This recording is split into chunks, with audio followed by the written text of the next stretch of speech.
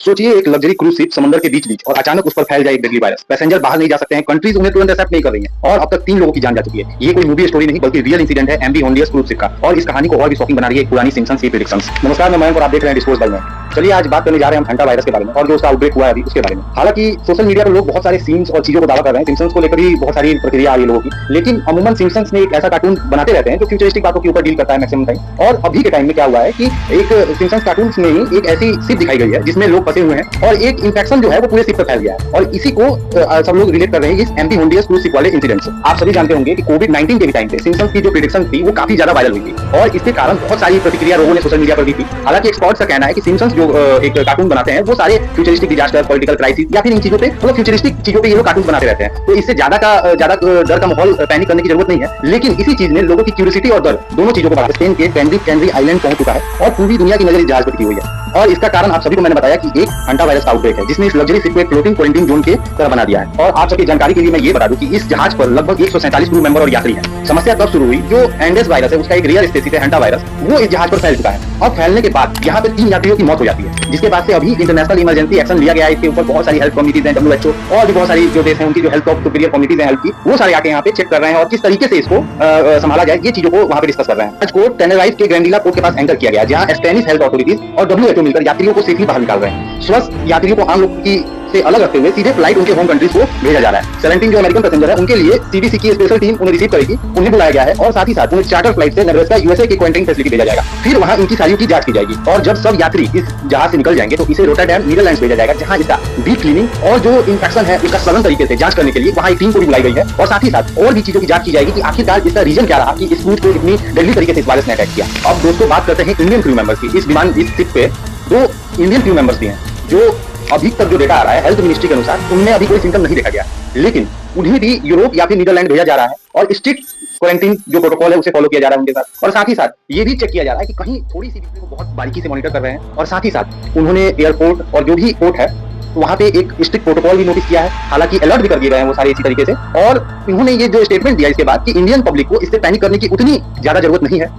डर का माहौल है तो वो चीजें ठीक है, लेकिन पैनिक की आवश्यकता बिल्कुल नहीं है। बहुत सारे मेजर्स भी, सेफ्टी मेजर्स भी वहां से इशू किए गए हैं, जो कि हालांकि बार बार इन चीजों का अगर आउटब्रेक होता है, अगर दूसरे देश में ये गंभीर तरीके से फैल जाती है, लेकिन उसके लिए भी भारत सरकार ने पूरी तरीके से कहा है कि हम लोग सारे तैयार हैं और हम इससे लड़ सकते हैं और चीजों को आसानी से कंट्रोल में ला सकते हैं। हालांकि इंडिया में अभी ऐसी कोई सिचुएशन नहीं आने वाली है, इसके लिए सभी लोगों को निश्चिंत रहने की जरूरत है, पैनिक करने की कोई जरूरत नहीं है। प्रिकॉशन जो है छोटे बहुत और थोड़े मोड़े वो लेने की। हंटा वायरस जो है इसके ऊपर बहुत सारी विस्तार से बहुत हेल्थ एक्सपर्ट्स ने चर्चा की, लेकिन ये कोई नया वायरस नहीं है, ये बहुत पुराना वायरस है। इसके बारे में जब हम बात करते हैं और जब हमने रिसर्च कर रहे थे हम लोग भी, तो ये देखा कि 1950 में कोरियन वार के दौरान लगभग 3000 सैनिक एक अजीब बीमारी से बीमार पड़ गए थे। बाद में 1970 में साउथ कोरिया के एक डॉक्टर थे हो वांग ली, इस वायरस को उन्होंने आइसोलेट किया और इसका नाम रखा गया, वहां एक रिवर है बहुत फेमस हंटान रिवर, इसी के नाम पे इसका नाम पड़ गया हंटा वायरस। फिर 1993 में क्या होता है कि अमेरिका के 4 कॉर्नर्स एरिया में एक यंग लड़का, बहुत हेल्दी लड़का था, कुछ डिजीज नहीं थी उसे, किसी चीज से इन्फेक्टेड नहीं था वो, उसकी अचानक मौत हो जाती है ब्रीदिंग फेलर से। जांच में पता चला कि हंटा वायरस का ही एक डेडली फॉर्म था सिन नोब्रे वायरस। तब से ये वायरस दुनिया के अलग अलग हिस्सों के बीच आमने सामने आते रहा। अब सवाल ये है कि ये इंसानों तक पहुंचता कैसे है। हंटा वायरस जो है एक जूनोटिक डिजीज है, मतलब कि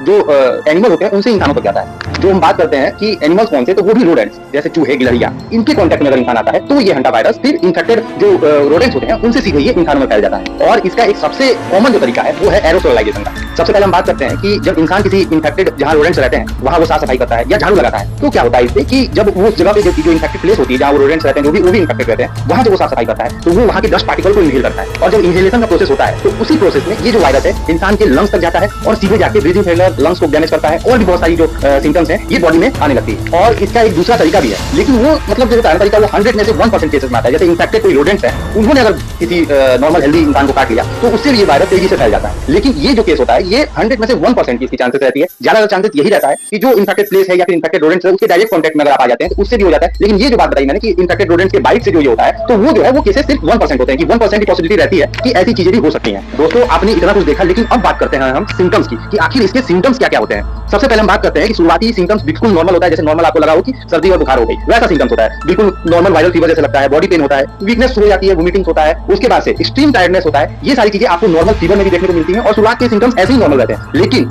यही सिम्टम्स अगर हंटा वायरस पुल्मोनरी सिंड्रोम में यानी HPS में बदल जाए तो ये सिचुएशन बहुत ही डेंजरस होता है, क्योंकि ये सीधे आपके लंग्स को और ब्रीदिंग प्रोसेस को इफेक्ट करता है। इस स्टेज में लंग्स में फ्लूइड भरना शुरू हो जाता है, ब्रीदिंग मुश्किल हो जाती है और पेशेंट को लगता है कि चेस्ट पर किसी ने भारी वजन रख दिया है। सबसे डराने वाली बात तो ये है कि इसका जो मोर्टेलिटी रेट है, मोर्टेलिटी रेट मतलब जैसे आपने देखा होगा कोविड का भी मोर्टेलिटी रेट था, तो इसका जो मोर्टिलिटी रेट है वो 38 से 40% है। ये जो है ये इसकी सबसे डरावनी बात है और इस कारण से ही सारी दुनिया में इसके ऊपर एक इमरजेंसी एक्शन बुलाया गया, इमरजेंसी मीटिंग्स बुलाई गई। और अब बात करते हैं कि क्या इसका कोई इलाज है या नहीं। इलाज सिर्फ अर्ली डिटेक्शन, आइसोलेशन जो होता है कि कैसे आइसोलेट करते हैं इंसान को बाकी इंसानों से। और जो सबसे बड़ी बात है कि कोई इसका प्रॉपर कोई वैक्सीनेशन नहीं है कि जिससे एक झटके में जो बीमारी है इसको ठीक किया जा सके। लेकिन हाँ, इलाज है और तभी इलाज है जब ये अर्ली स्टेजेस में डिटेक्ट होता है। दूसरी बात हम जब करते हैं तो हम देखते हैं कि बहुत सारे लोग इसमें पैनिक हो जाते हैं। तो पैनिक होने की कोई जरूरत नहीं है। WHO ने साफ कहा है कि ये कोई मास पैंडेमिक नहीं है, ये एकदम जल्दी से एकदम तेजी से फैलने वाला पैंडेमिक नहीं है। ये क्लस्टर्स में फैलता है, यानी फैलेगा तो ये भी, लेकिन उतनी तेजी से नहीं फैलेगा और जब ये लिमिटेड एक्सपोजर वाले लोगों के पास पहुंच पाएगा। तो इससे बचने के 3 तरीके भी उन्होंने बताए हैं। इससे बचने के लिए सीधे रोडेंट का जो अपने घर से है वो कलेक्शन आप काट दो। सबसे पहले तो साफ सफाई कर दो।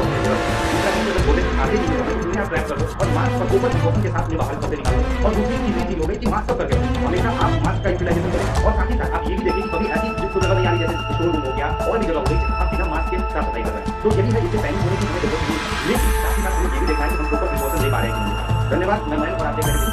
Thank you so much. Please updates के लिए हम जुड़े रहें और हमारे चैनल को लाइक, शेयर और सब्सक्राइब